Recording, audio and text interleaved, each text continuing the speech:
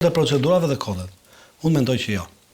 Përjashto rastin për krijimin e strukturës posaçme kundër korrupsionit dhe krimit të organizuar, që për shkak të arrestimeve që kanë ndërmarrë ndaj zyrtarëve të lartë, është munduar që pikërisht kjo hije e cila si thua, akuzon dhe çon në gjykim zyrtar të lartë të mbulojë gjithë dobësi që ka sistemi i cili ka të bëjë me qytetarët e zakonshëm në jetën e përditshme dhe me marrëdhëniet kryesore juridike që e mbushin veprimtarinë njerëzore. S'pak po thua avokat ja ka dalë që ta ka arritur të krijojë perceptim. Ka arritur të krijojë perceptim. Tani po të marrin perceptimin e krijuar, i cili është dhe për shkak propagandës mediatike, dhe për shkak të atyre që e mbështesin, dhe për shkak edhe të vendeve nga të cilat flitet, në varësi me mënyrën se si duhet arsyetohen, ka një indeks të madh. Sepse unë po grej vetëm një test thjesht. Sa kilograma apo ton drogë janë sekuestruar për këto organizatat e fuqishme kriminale që ne kemi parë që kanë shkuar masekrave. Do të thënë kemi dëgjuar në ngarkesë të madhe të sekuestruar, duke qenë se po goditen grupet kriminale ose sa nga këtyre zyrtarëve të lartë, të cilët janë dënuar ose janë procese penale në SPAK, kemi masa sekuestro ose kemi llogaritë bankare për gjithë korrupsionin ose për gjithë veprat penale që kanë bërë, që janë sekuestruar paratë ose që janë arritur të gjejnë paratë. Përse siç na kanë thënë edhe precedentën pashëm, edhe atje ku ka pasur realisht ndryshim perceptimit për në esencë siç ka qenë në Itali, Giovanni Falcone ndjer ka thënë një shprehje shumë bukur, follow the money, ndiq paran. Dhe pikërisht duke ndjekur paran arriti që të bënte lidhjet midis politikës dhe krimit dhe që u bë dhe maksi procesi. Se nuk është thjesht çështja që të shohë dikush i akuzuar, dënohet 10 vite, nuk i sekuestrohen as prona, as llogari bankare, nga ato 10 vite përfiton nëpërmjet dispozitave të ndryshme procedurale, edhe nëpërmjet instituteve ligjore, edhe nga 10 vite bën 4 vite burg dhe del dësh i lirë. Kjo nuk është suksesi i drejtësisë. Suksesi i drejtësisë, Redi, është flas qoftë në aspektin penal, qoftë në aspektin civil, kur jepet drejtësi objektive, jo kur bëhet sikur jepet drejtësi. Dhe kjo është diferenca. Tani për të kthyer ngjarjes dhe për të arritur analiza. Fakti që një qytetar, i cili ka vite që endet në dyert e gjykatës, arrin deri aty sa bën një vrasje me dashje dhe me paramendim brenda mureve të gjykatës, ndaj një funksionari drejtësisë, tregon në shilloj treguesi në mendimin tim me impaktit publik. Është atentat ndaj shtetit? Absolutisht që po. Është atentat ndaj sistemit të drejtësisë? Absolutisht që po dhe është i dënueshëm. Ama fakti është ky dhe po dalësh ne kemi miq që të gjithë. Ke dëgjuar ndonjë mik tënd që kanë ngelur i kënaqur nga mënyra se si e ka pasur raporte me proceset gjyqësore? E vërtet. Se jas po flas unë dhe Nardi sepse jemi avokat dhe kemi konflikt interesi. Po me qytetarët e thjeshtë. Është besimi publik është i rrënuar thotë. Madje është një shprehje e bukur që është shprehje popullore, thotë, do dy vende mos të qoftë Zoti, në dyert e spitalit dhe në dyert e gjykatës. Se që të dyja do dalësh më keq se çishe nga ana shëndetësore dhe më keq nga ana ekonomike. Edhe nëse të synuar e drejta ose shëndeti. Dhe unë mendoj që kjo është një tregues. Ajo që realisht do ishte suksesi i reformës në drejtësi, do ishte profesionalizmi i gjyqtarëve dhe integriteti i tyre. Në Itali pse pati sukses i iniciativa dhe veprimtaria e Falcones dhe Borsellino's, se u krijua impakti publik që këta janë të pakapur nga politika dhe që realisht japin drejtësi. A është ky impakt sot në Shqipëri? Që në fakti që ty dyzohet opinioni publik, edhe atje ka pasur akuza politike. Edhe atje ka pasur akuza mediatike. Ka pasur edhe atje konspiracione të mëdha që gjithaj maksi proces u bë për shkak sepse italianët me rënien e murit Berlinit duhet të rrezonin elitën e vjetër politike që duhet shkojë deri te Androte, mirë po e vërteta është e vërtetë. Sado që të mundohesh ta mbulosh, ajo është aty, shkëlqen. Dhe problemi është këtu që realisht sistemi sot gjyqësor se këtë sfidë ka arritur ta ndryshojë ky sistem i ri ndaj mbas reformës impaktin publik, perceptimin e njerëzve për gjykatën, për prokurorin, për operatorët e tjerë sistemit drejtësisë siç janë noterët, përmbaruesit, avokatët, ndërmjetësuesit ligjor. Kjo sikur e ekspozoi, kjo vrasje sikur e ekspozoi se nëpër tavolina thuheshe, por gjithmonë përballeshe me sondazhin që ka 80% approval rate reforma drejtësi. Po pse? Sepse ka qenë dhe imponimi i faktorit ndërkombëtar. Shikoj kur ne jemi pjesë e një realiteti dhe përfundova varur gjeopolitik dhe gjeostrategjik. Dihet që faktori ndërkombëtar për momentin i intereson stabilokracia në Ballkan. Dhe intereson integrimi evropian në Shqipërisë. Janë disa gjëra që unë mendoj që nuk janë dash procedurale më shumë se sa janë politike dhe madje gjeostrategjike. Duhen disa narrativa suksesi për një vend të caktuar, as po e fus Shqipërinë, në mënyrë që të legjitimohen nga njëherë proceset integruese edhe shumë gjëra të tjera. Qoftë edhe stabiliteti i elitës vjetër politike. Në qoftë se nuk do ketë reforma, të cilat njihen, certifikohen dhe japin sukses. Qoftë se s'do ketë zgjedhje të cilat po ashtu certifikohen, vlerësohen sikur ka vullnet të popullit atëherë. Disa çfarë s'u ndodh. E para njëherë duhet t'i them disa gjëra si janë, dhe japim edhe këtë informacion në opinionin publik. Fox News nuk është se bën këtë lajm se intereson situata në Shqipëri. Qartazi është një lobim që lidhet padyshim me Krislasivitën. Nuk është një kronik, nuk është një material i cili i intereson vërtet ku ka probleme reforma e drejtësisë në Shqipëri. Është qartazi me prapavi politike, është për të goditur atë që ka qenë sponsorizuesi kryesor i reformës në drejtësi në Shqipëri, që është George Soros. Pra, po përdore situata në Shqipëri për luftë të brendshme politike në Amerikë. Po thotë të vërtetën? Do dalë dhe atë. Ja, diskutoj. Duhet ta marr hapasapi. Duhet parë edhe të vërtetën. Duhet ndalim te konteksti. Dakor. Fillimisht që të themi njerëzve, Fox News është një media shumë prestigjioze në Amerikë, por shumë ekstremisht djathtë në Amerikë. E lidhur me Trump. Me Trump, që ta themi edhe këto. Me republikanët. Me konservatorët, republikanët. Pra, dhe ka një prapavi politike gjithë ky material që është përgatitur nga ata. E dyta, dalmi te reforma në drejtësi në Shqipëri. Tani, qofse dëgjoj edhe Nardin, dëgjoj edhe grupin, kishte një gjë. Kaq mirë ka qenë drejtësia sa u prish tani? Jo, bë më keq. Tani, jo do dalë dhe atje. Unë besoj që jo. Unë besoj që reforma e drejtësisë nuk ka dështuar. Reforma e drejtësisë ka ngecur. Ka ngecur për momentin dhe ka dështuar është një diferencë shumë e madhe. Ta marr pse ka dështuar dhe pse nuk ka dështuar dhe pse unë mendoj që ka ngecur. Problemi që kanë drejtësia në Shqipëri nuk ka të bëjë me goditjen e krimit në nivel të lartë. Është në përqindje, po ta krahasojmë me vitet e kaluara, shumë lart. E dyta, po të ndalemi te korrupsioni. Në përqindje me vitet e kaluara është shumë lart goditja. Tani vetëm me këto dy element, mund të themi që ka dështuar? Jo, ka dështuar, te kriminaliteti ka dështuar. Me 70 do t'i marr hapasapi, me 70 zyrtar. Po kalon pra. Me 70 zyrtar të nivelit lartë, të nivelit mesëm, nivelit ullët, kryetar bashkish, deputet, ish kryeministër, president, pas hekurave, unë nuk e quaj dështim. Pa do thot, po funksionon, dhe po funksionon mirë, me gjyqtar të arrestuar, avokat të arrestuar, prokuror, ndoshta nesër. Pra, pjesa që ka të bëjë me goditjen e nivelit lartë të krimit organizuar, të korrupsionit, po funksionon mirë. Është arrestimi pavarësisht kriteri. Jo, mekanizmi i funksionimit. Goditja. Faktimi, korrupsioni dhe gjetja e Të gjitha bashkë. Deri më sot u s'kam parë ndonjëri. Të gjitha bashkë ajo do duket në fund të procesit. Jo, do të leu të flasësh se e ke nisur aq keq sa nuk e ke ide po do të lej. Po më le të jem keq. Më le të gaboj. Po vdes si je keq ti. Më le të gaboj se gabimet e mia janë pa zarar, po gabimet e tua janë me zarar se je avokat.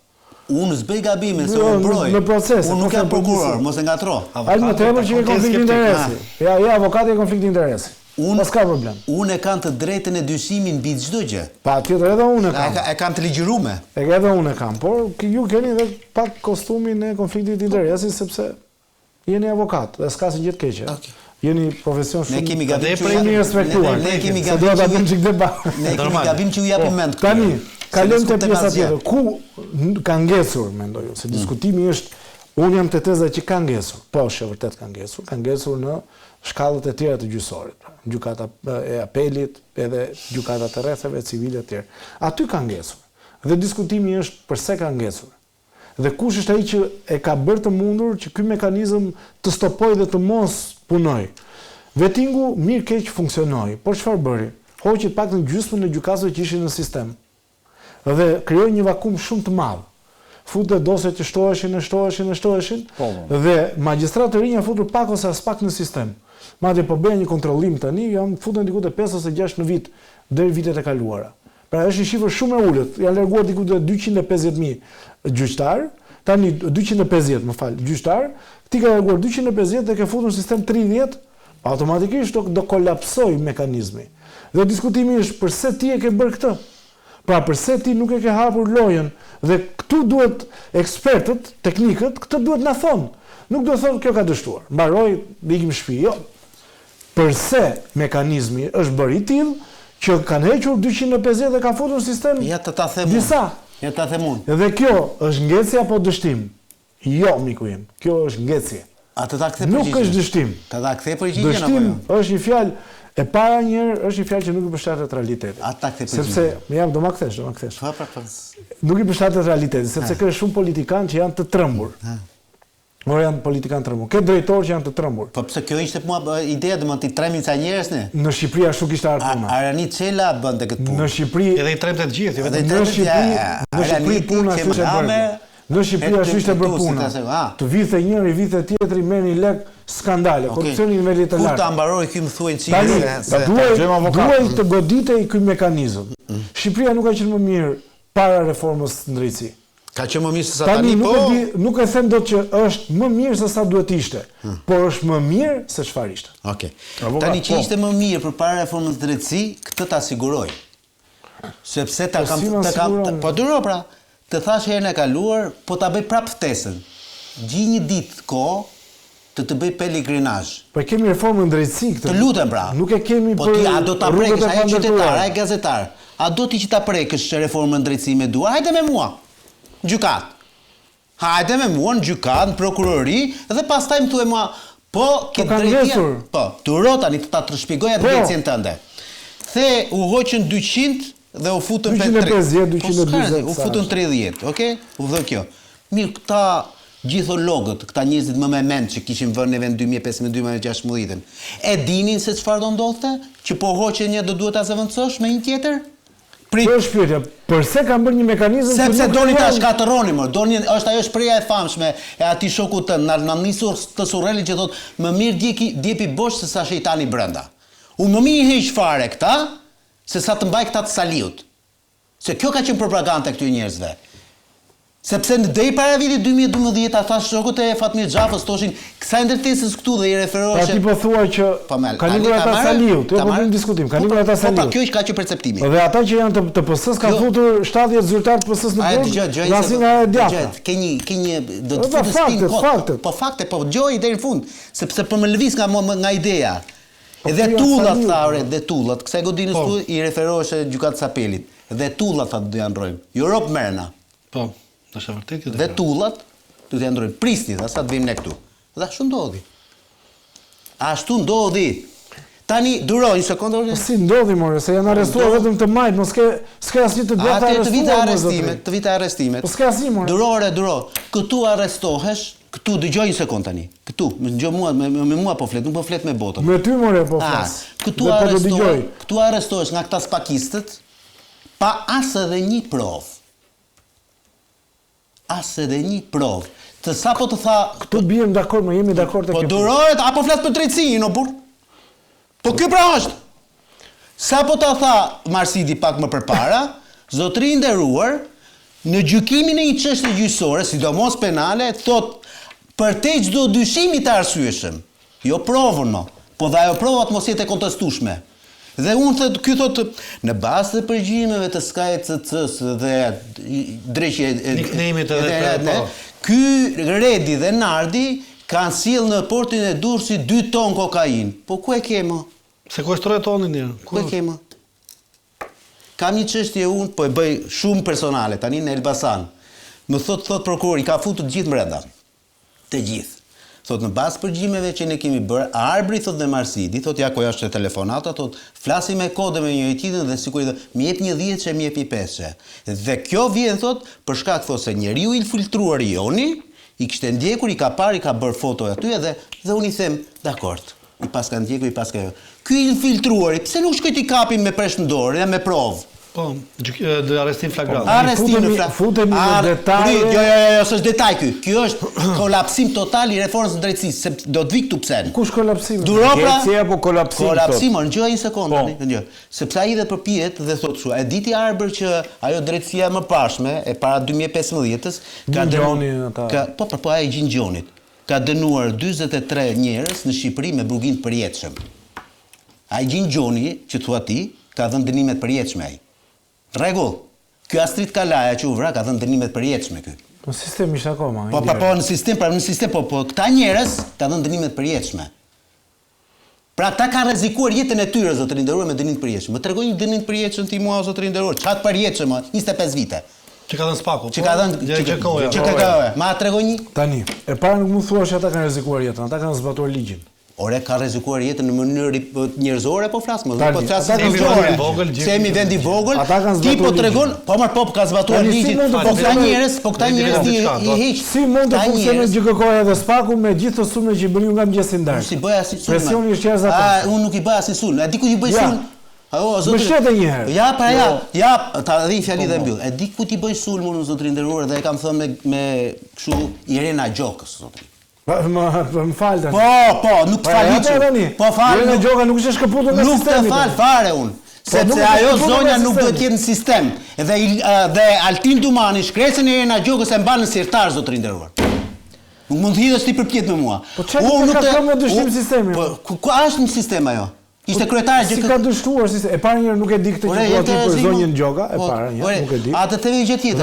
Nuk e them dot që ke të drejtë ose jo. Po si më unë lodha duke i thënë që shkresat ti ju po të vesh vazhdon të akoma. drejtë, unë po them dakord me çfarë A të ke. themi gjë tjetër më? Por unë po them një gjë. Dëgjoj pra që të kuptosh. Pse ka ngecur miku im? Na si ajo? Ja ma ta shpjegoj unë. S'e kuptoj. Sepse ka kolapsuar. Po zotri, jo ka ngecur, po ka ngecur se po e bën me përgdheli fjalën. Ka kolapsuar mik se kur heq 200 dhe fut 30 buzë qumshta, që se kanë idenë akoma të procedurës. S'jam dakord me këtë. Vazhdo atë. Ore peni krenash. Jo dy ditë. Jo si unë më vetëm një gjë. Mafia më e fortë, një nga më të fortat në botë, ka qenë ajo New Yorkut. Se meqense po më buzë qumsha, tu s'jam dakord. Ah, mirë, aty vazhdo. S'kam gjë me të rinj. Bon krahasimi. S'kam gjë me rioshët, asnjë gjë. Por mafia një nga më të forta ka qenë ajo New Yorkut. Dhe prokurorët që kanë goditur mafian në New York kanë qenë 28-29 vjeç, Rudy Giuliani e gjithë ata të tjerë.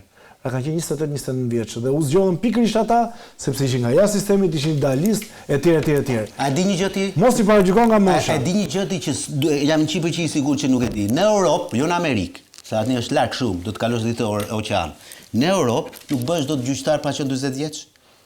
Pa u bër magjistrat, pa u bër këshilltar ligjor dhe pastaj shkosh bëj gjykatës. Dhe mbi të gjitha pa qenë prindër, është çështja. Më fal dhe këtë, se shumë e rëndësishme kjo. Duhet të jesh dhe prind, që ti je gjyqtar. Kurse këtu, prandaj të thashun, jo me ishte metafora apo themi modeli amerikan më i mirë. Marsi, po vetëm ta mbyllim këtë. Se fillon me Fox-Newsin të shkojmë prapë te Fox-Newsin të shkoj. Dhe çfarë paralajmëron? U mor një si kriter ndëshkimi që dal aty. Ti jeni të bindur që shteti i cili ka pasur respektimin më të madh ligjit ka qenë shteti komunist dhe lloji i politikës ose forma politike e cila ka ndëshkuar më shumë nga politikanët vetë është komunizmi. Po kjo se bën legjitime drejtësinë. Nuk ka krahasim, nuk ka krahasim. E veru Hoxha ka dënuar bashkëpunëtorët e vet më të afër. Kjo është e bukur fare kjo. Ka dënuar Hysni ka dënuar këtu të Mehmetçeun, të flas ta përfundoj, Ka krahasim, ta përfundoj. Ka krahasim. Të dënoj Mehmetçeun, në kohën e Veriut. Kadrias Biun, të duhet një gllën kuj përpara se të flasësh. Po s'ka krahasim. Mirë, po kjo se legjitimon të që thoshte shikoj, janë një çela gjykatësi mi, drejtë se kanë ndëshkuar krahun e vet. Prokurori. Po s'është argument po. I cili ishte edhe gjyqtar. Po normal. Pra kriteri ndëshkimi dhe kriteri që pagon det politikisht krahun tënd nuk e bën legjitime. E para, e dyta, se bën legjitime. Nuk e bën legjitime. Po legjitime domethënë nuk do të thotë që vota more, se bën nuk e bën qasje që kanë ata në ligj. Ta përfundoj. Besueshme po thot Marsi. Po nuk e bën legjitime që reforma drejtësisht është suksesshme, se është goditur krahu i vet politik të kuptim. Pa nuk e legjitimon që është proces objektiv. E dyta, me ngecje. Dëgjoj. Asnjëherë procedura nuk e justifikon formën. Çfarë do të thotë? Fakti që ka apo jo minus apo plus 10 gjyqtar nuk e justifikon gjykimin dhe arsyetimin cilësor. Sepse nuk është problem, nuk është se një gjyqtar që është detyrë thotë ore, kemi një 10 vende bosh tonë gjykat, nuk gjykoj dot, nuk e jap dot një vendim sa. Se ai duhet të jap vendim në vetën. Dëgjoj kur na ndalon në policë, si themin dhe ai tjetri aty përballë, shkeli rregot e qarkullimit rrugor, ndalo dha atë, ti përgjigjesh për veten tënde. Secili gjyqtar përgjigjet për vendimet e veta, nuk përgjigjet për gjithë sistemin. Dhe duke përgjigjur gjithë për vendimet e veta, diçka që është absurde.